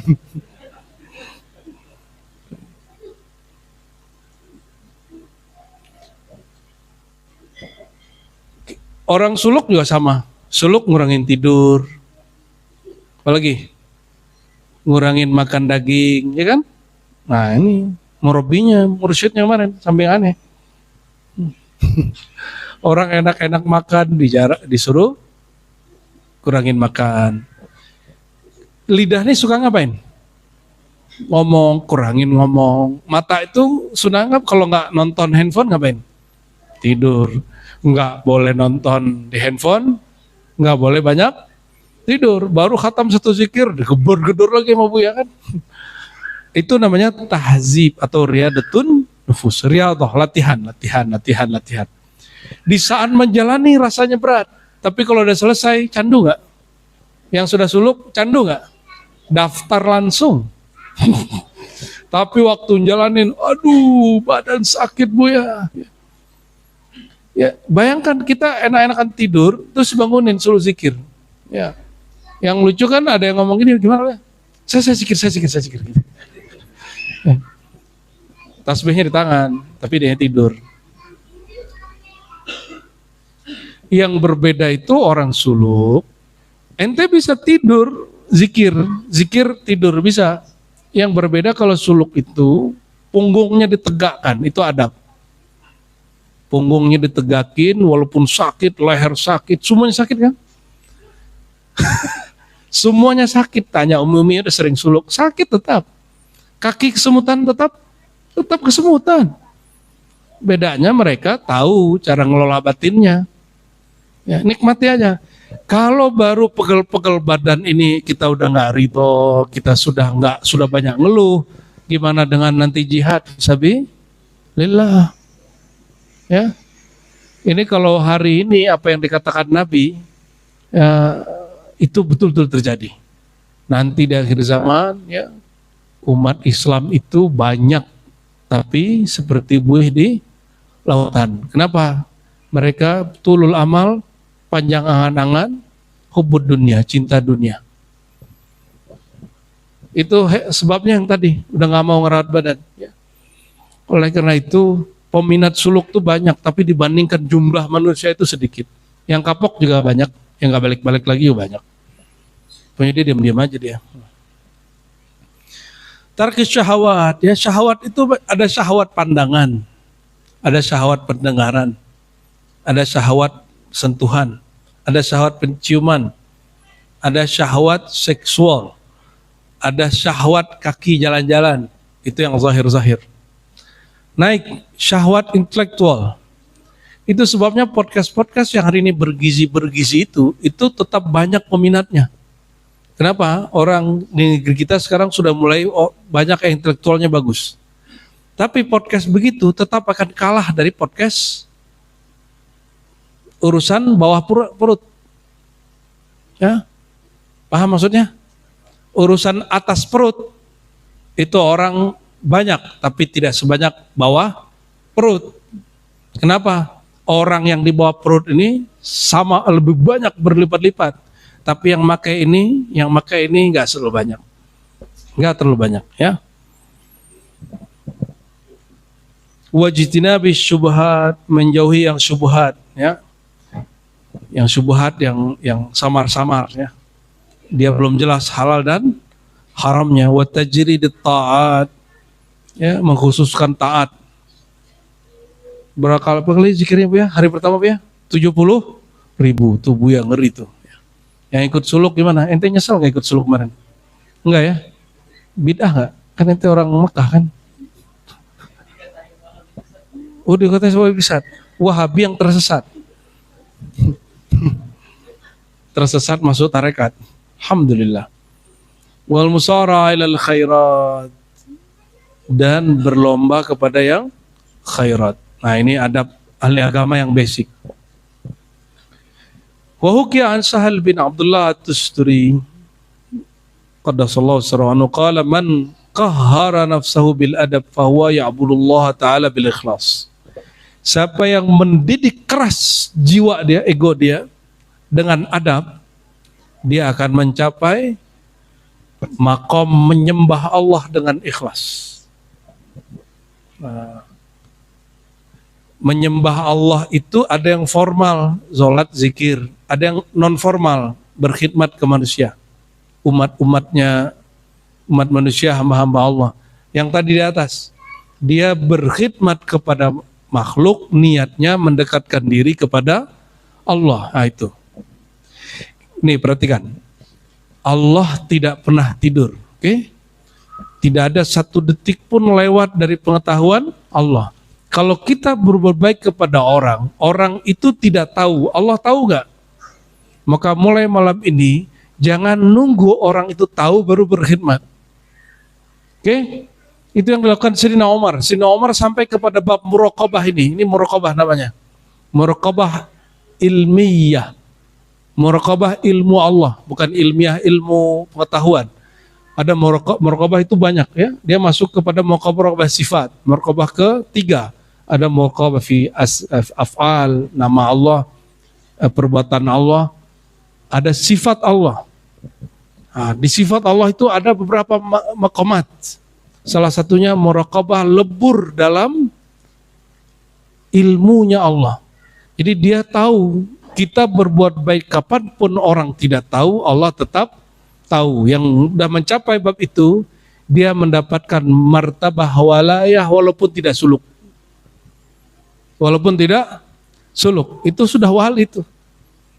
Gampang tuh jadi wali Allah. Siapa yang bilang jadi wali Allah itu susah? Itu pasti orang-orang yang kena doktrin, orang-orang yang nggak mengerti Al-Quran dan Sunnah. Ya, agama itu kata Nabi ad-dinu yusrun.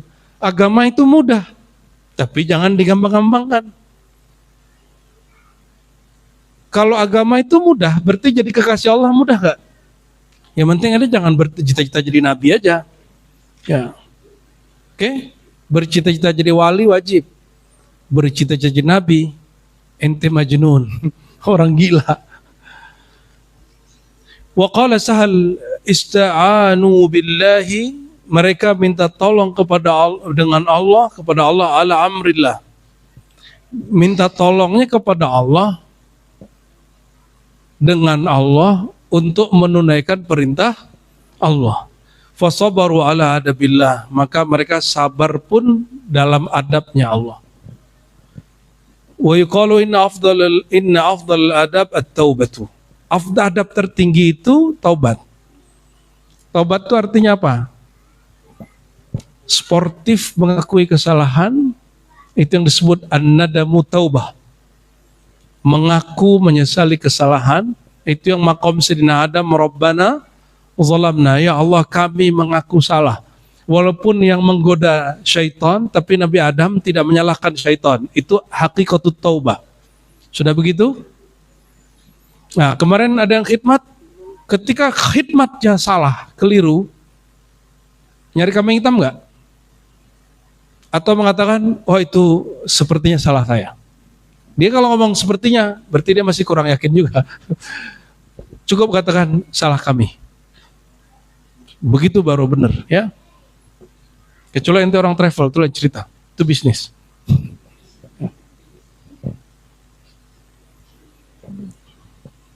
Mengaku salahnya ada caranya. Jangan langsung lempeng-lempeng gitu, nanti diinjek-injek orang ya. Waman an nufus an syahwat, setelah taubat menahan diri dari keinginan-keinginan rendah. Wasuila ba'duhum an arfin nafs faqala an ta'rifaha al-khair fatahussaha alai wa ta'rifuha wa tu'arrifaha syarr fatuzjiruha anhu. Ya, adab jiwa adalah mengenalkan jiwa kepada yang baik, lalu mendorong jiwa untuk melakukannya. mengenalkannya kepada yang buruk lalu menjauhinya. Nah, jadi malam yaduk lam ya'rif tidak berlaku pada syurur ya. Kepada hal-hal yang negatif tidak berlaku. Siapa yang tidak mencoba maka tidak mengetahui. Nah, ini nggak berlaku. Itu khusus bab ma'rifatullah. Di bab ma'rifatullah, siapa yang tidak merasakan rasanya kenal itu, tidak lebur dalam kenal itu, dia tidak kenal kepada Allah, tidak lebur dalam nama, tidak lebur dalam sifat, tidak lebur dalam afal Allah, dia tidak kenal Allah. Tapi dalam bab maksiat, dalam keburukan, itu nggak berlaku. Siapa yang tidak merasakan kemaksiatan, ya nggak begitu. Maka dia tidak mengenal kemaksiatan, nggak perlu. Nabi SAW orang yang paling mengenal kemaksiatan. Apakah Nabi mencicipinya? Nabi nggak belum mencicipinya. Jadi malam yazuk lam ya'rif fil ma'arif, la fil majahil, fil khairat, la fi syirar. Ya.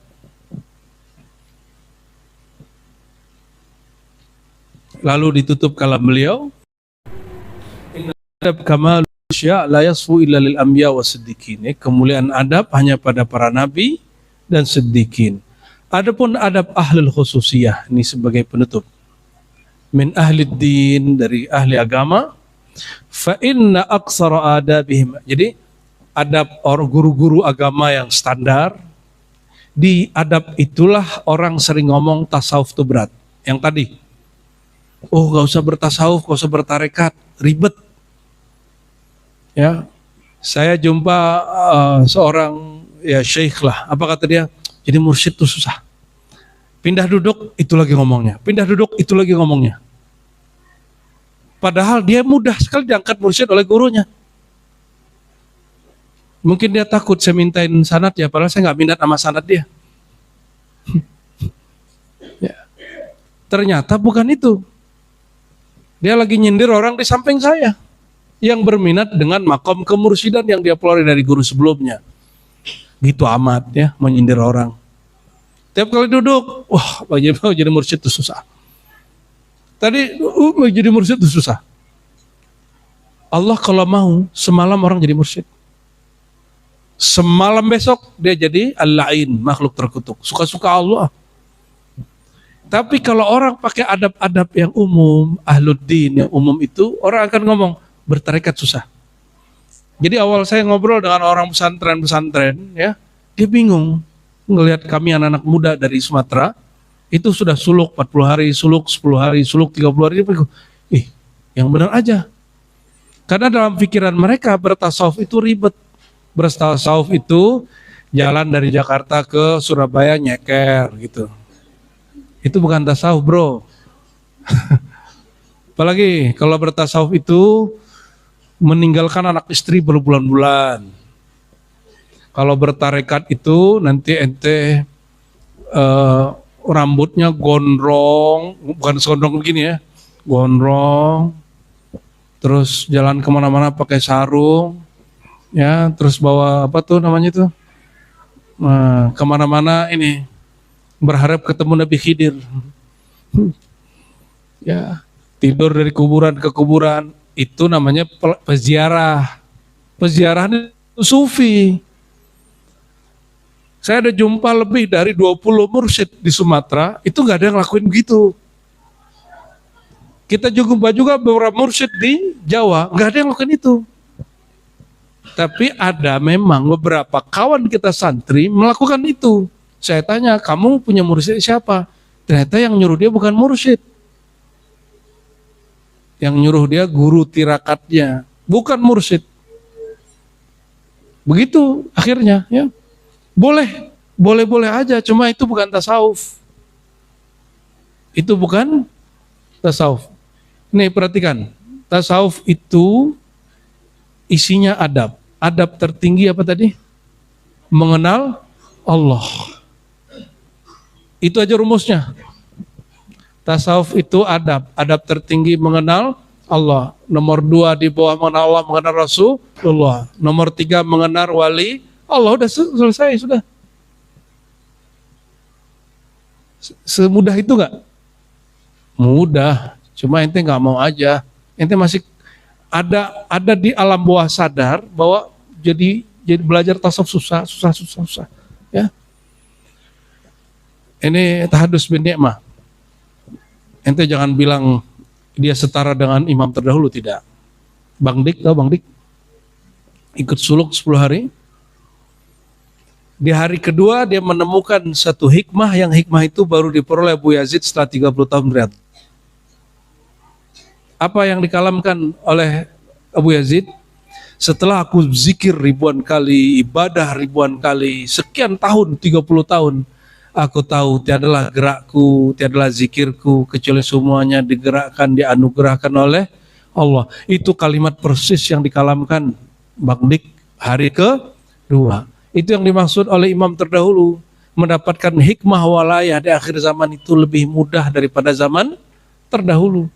Kenapa? Kata Ibnu Arabi. Karena orang dulu, mereka, orang salafus soleh itu, mereka mendidik dirinya sendiri sehingga prosesnya lama. Sedangkan mutaakhirin, mereka punya mursyid, punya sistem, punya lembaga yang dicapai orang dulu 30 tahun bisa dalam 3 hari oleh orang sekarang. Ini sebagai bukti hari ini. Imam Bukhari ngambil hadis 6 bulan dapat 1-2 hadis. Ente klik Sahih Bukhari di Play Store, 3 menit dapat semuanya. Betul? Gimana tuh? Betul yang dikatakan Ibnu Arabi yang wafat 638 Hijriah. Sekarang sudah 1447 Hijriah. Jadi orang dahulu itu diperjalankan pandangannya ke masa depan, itu yang disebut dunia paralel itu, istilah orang sekarang. Lalu dia diperlihatkan Allah apa yang terjadi. Ya, sama dengan ada dosen saya filosof. Kita belajar juga ke beberapa filosof ya. Dia ngomong dulu, Ar-Razi, di luar kita ada orang-orang hebat yang pengetahuan dia lebih cepat dari waktu.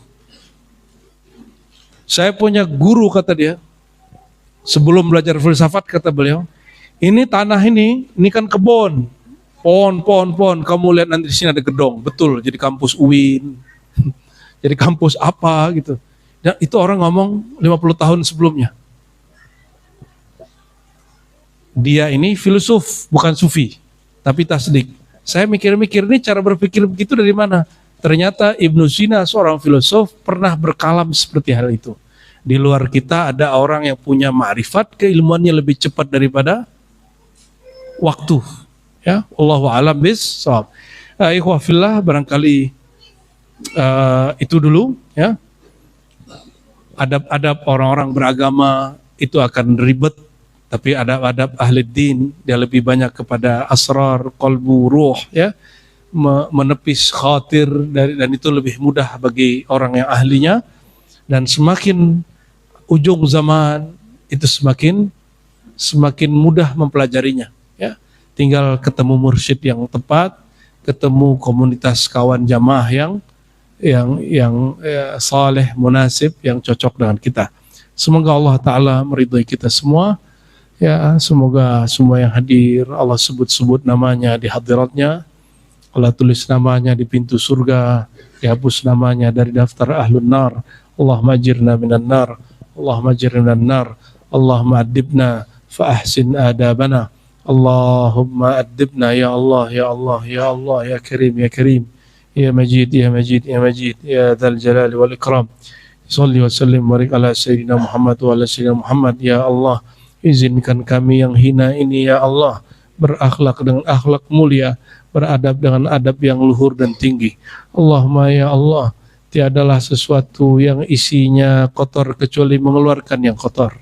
Maka malam ini kami bermohon ya Allah, isilah pikiran kami, kolbu kami, sir kami, ruh kami dengan nur namamu, nur sifatmu, nur limpahan kasih sayang zatmu.